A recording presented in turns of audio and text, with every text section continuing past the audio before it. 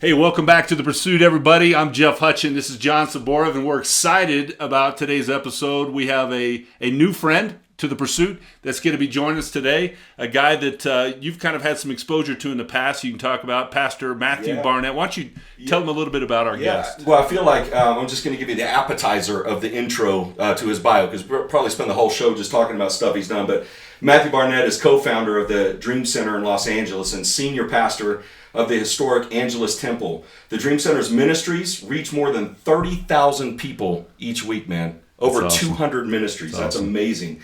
Matthew authored the book, The Church That Never Sleeps, and he's been, of course, a regular contributor to shows on TBN. He and his wife, Caroline, have 2 children, Mia and Caden, and they reside in Los Angeles, California. All right. Well, hey, Pastor Matthew, welcome to The Pursuit. Oh, thank you, guys. It's such a joy to be with you. I appreciate it. You bet. Well, we just wanted to kind of dive in and talk about some things that you're doing out there in LA and the power behind the LA Dream Center. Yeah, as I think about the LA Dream Center, it seems like it was way ahead of its time, and it sort of broke the mold of the church, so to speak, right? In terms of orienting itself around the serving of those in need. Would you talk about just sort of, and I even wrote down, I think your motto, Matthew, is find a need and fill it, find a hurt and heal it, which I absolutely love. Would you talk about the dream of the Dream Center and just how, for those that maybe have been living on Mars for the last 20 years, how did it come to be, and what was the heart behind it? Well, the dream really came from a broken dream, to be honest with you. I mean, I was 20 years of age when I came to LA, and I just came to help my dad for 3 months take over a church building in downtown. And the truth is, when I came here, I was only supposed to help him segue for 12 weeks until he found a real pastor. And so we were in the middle of a lot of gang violence, a lot of issues in our neighborhood. And so when I took over, I just had 10 sermons figured out for my dad's greatest hit sermon album that I was going to preach and be done until he found a real pastor. Well, everyone kept turning it down when they saw the neighborhood. It was after, the riots and the earthquakes in LA, a very difficult time. And so nobody really wanted the job. And so I was kind of stuck here longer than I ever wanted to be. I never even felt like I wanted to be in Los Angeles. And so I just kept preaching and nobody showed up. And one day I just wept and I took a 7-hour prayer walk around the city of LA. And I just cried and God spoke to me something. He said, I want you to die to your dream of being a success. And I want you to live to the dream of being a blessing. He said, I want you to go home. I want you to rip up all your 5-year goals, and I want you to forget about being a success. And whatever I put in your hand, I want you to use it to help people. And God put 3 bags of food on a little desk, and I gave it away to all the mamas who were walking by, dropping their kids off at school. I'd give them 3 bags of food. The first house opened up in the neighborhood that the church owned, and I took in 3 homeless guys to live with me, and I had no clue how to do any kind of rehabilitation. And that became the thing. It's just whatever God put in our hands, like a hot potato, we used it, a dirt lot for a basketball court with a cheap Kmart weights, and all this stuff began to happen, and the neighborhood began to change. And then, of course, years later, we saw this big old hospital on the Hollywood freeway, one of the most famous hospitals, and my dad and I just stepped out in faith and said, what if this could be a 24-hour place that would never sleep and help people? And the Catholic Church, through a long story, sold us the building for $16 million instead of $16 million to Paramount Studios. They sold it to us for $3.9 million because they wanted to see the legacy of good works continue on in the community. And as a result, now today, from that little old one small step of putting that desk on the sidewalk, there's over 700 people that live at the Dream Center, are homeless, free of charge. Every program is 1 year. Veterans, emancipated minors, trafficking victims, homeless families, people in recovery. And it just all started from just saying, God, whatever you put in my hand is enough. And now 26 years later, we're seeing this happen. If we see a need that large, I feel like the first reaction that we got is, okay, we've got to go raise the money to go build this program and buy this building before we actually start the actual work of the ministry. And I love the fact that you just said, you know what? I'm going to take what I've got in my hand right now and trust that God will bless it and break it, and it's going to be the seed of something much, much greater. I love that. Can you talk about that just a little bit? How Jesus almost sort of did the miracle of the multiplication of the fish and bread for you guys, didn't he? Yeah, I came from a mega church, a really big, large church of thousands of people. And when I got here, I was living under the stress so much of what I felt like I had to accomplish, what I had to do. And the more I thought about achieving something great, the further away it got from me. But then in the moment, I just started saying, God, whatever you put in my hand, I'm just going to use it. I'm going to celebrate. It's going to be a megaphone to the community. I'm never going to want something else other than what you give me at this day to use. And that's what completely changed my life. And I never realized that rehabilitation was a part of my dream. I never knew that I would ever be doing all this work to homeless people. I've never had a drug problem. I can't relate to the problems. But what I did was I just started opening up a house and helping people. And it's amazing when you live your life serving other people, the dreams that are in you that you don't even know that were in you, that only serving can reveal. And just through serving and finding a need and filling it and finding a hurt, healing it, I didn't realize that I had a great heart for advocacy for those with addiction or those who were in prison, give them an alternative to come to church instead of, now we had 60 people 1 month that were sentenced to the Dream Center for 1 year instead of a 10-year prison sentence in Los Angeles. I never knew that was in my heart, but until I lost everything of what I felt had to be built a certain way and went through that wilderness experience for several years of just struggling, trying to find any momentum, but realizing that God didn't call me to LA to be a great pastor. I think he called me to be a city janitor, walking the streets of LA and picking up broken pieces and telling them that they can dream again in the city. I tell you, Pastor Matthew, that's extremely powerful. A little bit about my story I want to share with you. We have our 17-year-old son. His name's Peter, and we adopted him at a young age, at age 6.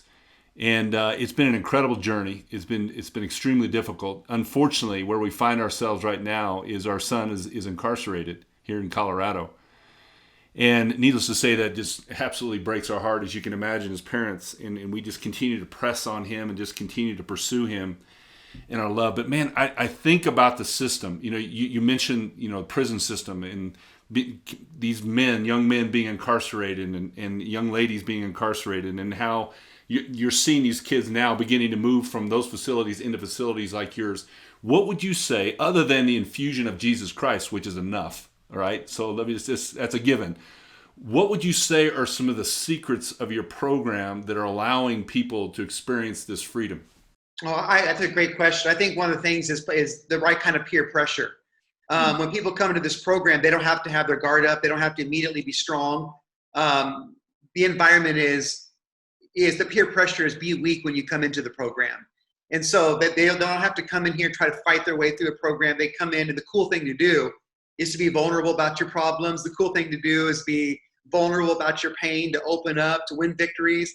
So I think rather than going into a system they have to adapt to, they come into a system that already loves them. And that is the major difference from the moment they come in. We ask them the first day, what is your dream? And that sounds like a crazy question because when there's no revelation, the Bible says people have no restraint or no self-control.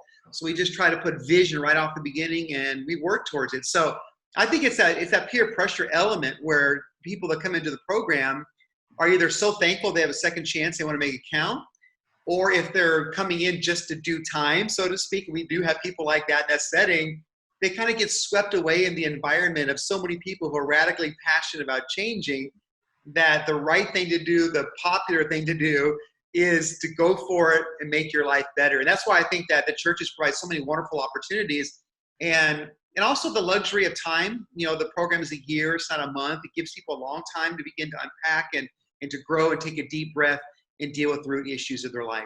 Well, I tell you, hope is a powerful motivator, isn't it? And when you see the absence of hope, you see what happens. But when a person begins to see a light, to see that they can dream, to see that there's a pathway, it changes everything. And it sounds like to me what you're saying is what you've done is you've absolutely transformed the culture. And you're right, man, within the system, and we're, unfortunately, my wife and I are way too familiar with how the system works. Within the system, it's all about survival. It's all about whatever persona you can put on. You got to be the tough guy that no one's going to mess with. And so that just brings on all kinds of lack of transparency and all kinds of things. And it's survival mode. It sounds like what you've done is shifted that.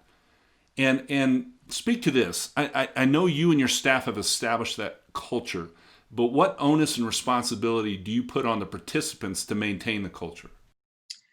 I think everything we do, we come from that mindset of we get to serve. Everything in the kingdom of God is a privilege. There's not really much of it, even though we work with so much need around us. I've never seen anything like it. what we're dealing with, 55% unemployment in our community and all that. But with everything we do, we try to carry that spirit of victory that we get to serve, we get to sacrifice, we get to go the next level. And so there's never this atmosphere of the neighborhood that, we're the only one who cares, or we're a martyr complex about us serving in the community. We feel that everyone cares. We feel that the kids who come for a week to do a youth group trip, they care. The pastors that do what they can, they care. So my dad always taught me that if you believe that everyone cares, then people are going to care. Even if they don't care, project a winning message in the community, something that's different that will inspire the world. Like we have basketball leagues in our neighborhood, 20 teams from the community, and we act like everything's a big deal. We have the sports and the leagues and the standings and the points per game and the averages and the locker room they go into. They have a scouting video of the kids around them. So I think the thing that the biggest thing about the Dream Center is I really will never be able to understand the plight of people in the community. And I'll never be able to understand what they're dealing with and what they're raised under and really the uphill battle. I feel like, as a pastor's son, and I've started on the 50-yard line and also many areas as well, makes it easier for me to start off a little bit ahead in life than others. And that's sad. It's true. Our culture, that privilege does exist to a large degree. And I feel like I've started on that 50-yard line, so to speak. And therefore, I got to use whatever I have to help those kids that might not have those opportunities, try to pull them up. That's why I feel that, with a pastor's son and the legacy of ministry and all that I have, to try to take people further in their walk with God and provide something of great excellence. There's many times I've wanted to quit. It's gotten so tough here. I've emptied my bank account 3 times just to keep the ministry going. But God just keeps telling me, stay for one more day. He's been playing that trick on me forever. But the key is we just don't have that complex of we are the only one who cares about the plight of the community. We believe everyone does care to some degree. And if they don't care, we're going to try to get them into an environment where we can instigate that belief and mindset. But I believe the greatest testimony that we have to our community is longevity. I mean, things have come and gone. Us and Dodger Stadium right down the street have been the only things that have really stayed for 25 years. Everything is left, or it's been changed or moved around.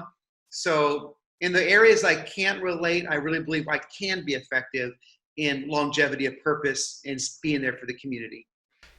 If we could we just camp on a point you just made for a second? I love the analogy or the metaphor you painted about starting on the 50-yard line and using the word privilege and those sorts of things. And even acknowledging that I'll never be able to understand what it's like to be homeless. I'll never be able to understand what it's like to be raised in an urban environment with disadvantage and all of those things.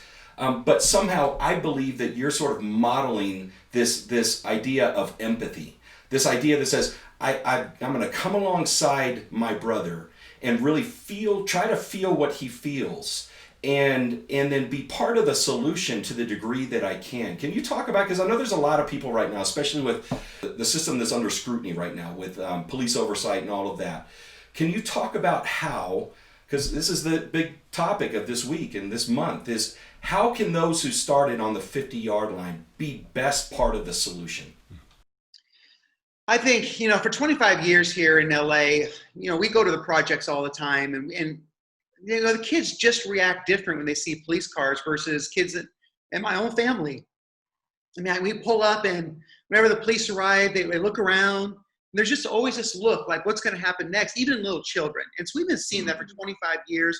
There's just a general suspicion all the time. And so when we show up, we do our little outreach vehicles in the community, and we're there. And I think one of the things that we can do as pastors is spend our time, finding those miracles in these communities that could do great things, rather than just approach it from the level of, the charity and the kindness and helping people and giving. Try to take a risk on some kids that nobody else would take a risk on. Give them an opportunity. That's the things that we've done. We've always seen the potential in somebody, not necessarily the perfection in somebody, and how they're raised with the raw elements that are there. And so we've taken kids in the community, we've put them into major positions here at the Dream Center and give them opportunities. And they might not understand the world, but they've been invested in the church and they're growing through it. But I do believe that a lot of it too is just listening and really trying to understand what it's like to put yourself in someone else's world. I think that's why Jesus had so much compassion. I mean, the Bible says in Matthew chapter 28, before he died on the cross, in Matthew 26:6, he entered the home of Simon the leper, which means Jesus was spending his entire life putting himself in other people's world. And whatever that world looks like, you're just changed by your environment. You just have, the longer that you allow yourself to be outside of the ordinary experiences of life, the more you're shaped by those experiences. So I just encourage people to reshape their lives, listen more, be around. Don't immediately think that it is difficult. It's challenging. You're going to say sometimes the wrong things. You're not going to communicate everything right perfectly.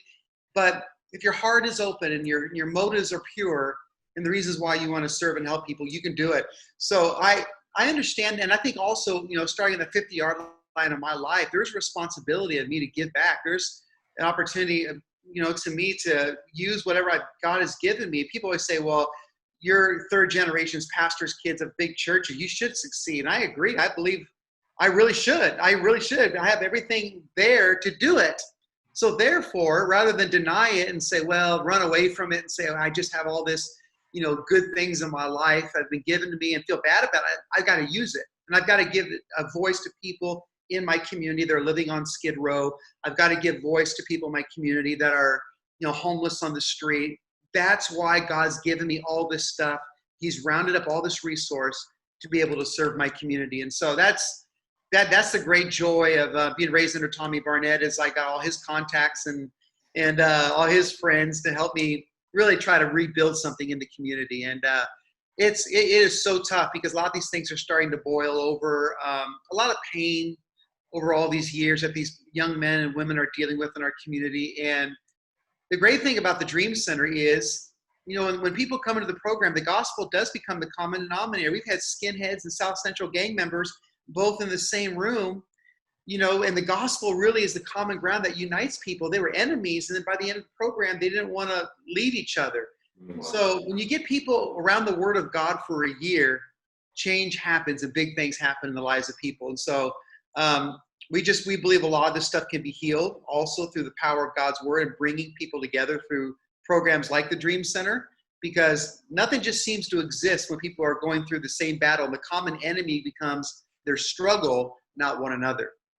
Man, you said something earlier just a moment ago that just struck me just powerfully. Looking at the potential of someone versus their perfection. Gosh, isn't that it? Boy, I'll tell you what, that's one thing I'm going to take away from our conversation today. If nothing else, it's that incredible piece of wisdom. Let me ask you this. You ask your participants all the time, what's your dream? What's the dream of the Dream Center? One of the things that we would like to do, obviously, is increase the network of the Dream Center that's all over the country and grow that. But I think, looking at the new frontier of homelessness that we're dealing with in our city, I'm looking out right to Hollywood, and I would like to one day just take on this need in the area of having blocks and blocks and blocks of people that we're continuing to help. We have 600 people on the waiting list of families, 600 families trying to get housing right now. We're in a situation, people have been priced out of the market, people come in, gentrification has come in, raised up the property values where people who've been living here for years can no longer afford it. I just feel we have the capacity to grow and really do one more great Dream Center, whether it be 15 miles from here, 20 miles from here. I really believe I have one great run left in me to build this thing one more time, and in another part of the city of Los Angeles, because I really see the impact that it's had here and just the ability for people just any hour of the day to show up. I mean, the 24/7 place like this, we need the centers like this that operate. So I would like to do it one more time. I'd like to start a Dream Center. So I wanted to ask you just about the unique, 2020 has been, wow, what a year, right? I mean, this has been crazy. Was the LA Dream Center totally prepared for everything that 2020 has presented to it? And I mean, I'm looking at your motto right now. It says, find a need and fill it, like we said, and find a hurt and heal it. Are there new needs that 2020 has presented to you that you're now responding in kind to sort of set up some new ways to address? Well, strangely enough, I feel like we were very prepared. And the reason why is because our mindset has always been start ministry and figure it out later. And if you get a great idea to help people and you kick it around a planning meeting for too long, it loses its value, loses its power, it loses its punch to it. Eventually it fizzles out. So what we decided to do is just find a need and fill it and go and then figure it out later. So when the virus hit in Los Angeles, we were the first ones to lock down. California, the first city, LA, the first in the country. And I told our team in 72 hours, we need to be feeding people because the school system's going to shut down. There's going to be no way for kids to get food. Let's set up shop. Well, it became 82 straight days of 11 hours a day of feeding at the Dream Center. Over 1 million people being fed. It was an absolutely incredible experience that took place here. But I tell churches all the time, I said, you are an essential service. A lot of them were afraid to feed people, to house people, to do the work of the gospel. And what I told them, I said, look, if you step out and say, we are available, we're going to feed people in our city, we're going to take on a need, I guarantee you people will welcome it. For some reason, the world fears the church getting together in church buildings to some degree, or even during this virus, but nobody is going to challenge the fact that you want to use what's in your hand to help people. And so I think we liberated a lot of people by, in 72 hours, setting up this massive feeding distribution, like, oh, the Dream Center's doing this, we can do it. And they were welcome with their city, their community, open, welcome with arms wide open. Governors were like, thank you for doing this. So I think we have to understand to some degree that we are essential. We are part of the fabric of society, and we have the right to meet needs. We should do it. And they would welcome that. And if church services got to be on the back burner for a little bit, that's not going to be forever. It's going to be for a period of time. We'll get back to that. But let's just fight for whatever the biggest need in the community is. And by showing up every day, that sends a powerful message of who we are as the church. And so we didn't wait to be asked if we were essential or not. We just said, we've got stuff. We've got food. Community has need. We just called the government and said, tell us what people you need to send our way. We're going to go serve seniors. Give us a list. We went for it. And we understood that we were welcomed in our area of outreach far more than we ever possibly could have imagined. Well, you guys have been an incredible example to the church, and in respect of your time, we're gonna wrap things up today. But I want to close with this. I saw in your social media post, Matthew, that you said this is one of the greatest letters I've ever received since I've been here, and I just want to read it. It's a really short letter, and I'd love for you to comment on it. It says, "Dear Dream Staff Center," it says, "This letter is to share that inmates from Ironwood State Prison, B Yard, learn of your organization and the efforts you make to help the community during this unprecedented pandemic. Of the charities they see on the news, your organization stood out as providing meaningful and direct help. And because of this, the inmates were inspired to organize a fundraiser and collected donations from their personal accounts. Approximately 80 inmates contributed to be able to send the enclosed donation, and we hope the funds are useful to your organization." I think I know the answer, but share just briefly why that impacted you so much. Oh man, I mean, I can only imagine the sense that they make per hour in a prison system, and to see those guys rally. I was visualizing them all on the yard, hustling and working to do something great.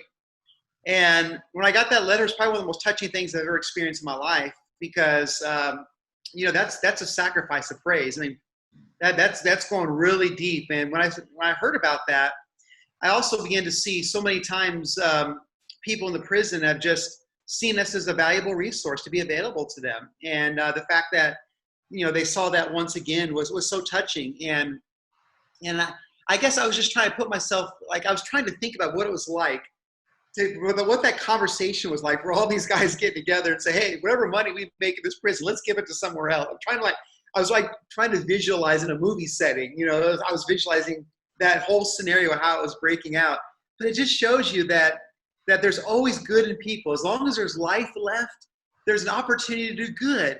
And it blessed so many people, because a lot of people are out there saying, if these guys can do good in their situation and make such a big difference, I can do it. So I think it spurred a lot of good works because of the incredible level of sacrifice. And those are the things that keep you going. There's times in your life and ministry where you're up against the ropes, and then you get something like that. It's like, okay, you literally, when I got that, I got up from a really tired position, and I got my clothes on, showered, and said, man, if these guys believe in us, I got to be a good investment. And so I literally inspired me to get up and work harder, because I'm like, if these guys believe in you, I can't quit. I can't give up during these tough times. That's fantastic. Well, let's do this. We're going to wrap it up today. And if you're listening and watching today, and hopefully you've gotten exposed now a lot more to the LA Dream Center and the things that Pastor Matthew and his team are doing out there. And let's just say, and I think we can all agree, this is an incredible investment for the kingdom. And so, Pastor, just real quickly, if somebody says, man, I want to help out, I want to give financially to the LA Dream Center, what's the best way to do that? Where could you direct them to? They can go to dreamcenter.org and they can give right there. Or if they have somebody in their program, their family who needs help, they can also fill out an application and get their son or daughter into a recovery program right there online. So we just started opening up again after a few weeks of kind of getting used to this lay of the land of COVID, but now we're ready to go. And so all they have to do is just fill out the application there, or they can donate dreamcenter.org. Awesome. Well, Pastor, thanks again for joining us. I hope we can do this again sometime soon because there's 1,000 things we'd love to talk to you about. So thanks again for taking out some time out of your schedule and joining us today. I will let you know when my dad's in town. We'll do one together. That's fantastic. It's wonderful. Fantastic. Hey, thanks again for watching The Pursuit. Make sure you go on YouTube and subscribe. Right there on there, you'll see the little bell. Click on that. You'll be notified every time that we put out a new episode. Also, you can find us on thepursuitonline.com. Drop your email address in there if you would. There's tools and resources on the website that are not available on the YouTube channel, so make sure you do that. Hey, thanks everybody. We'll see you next time on The Pursuit. See ya.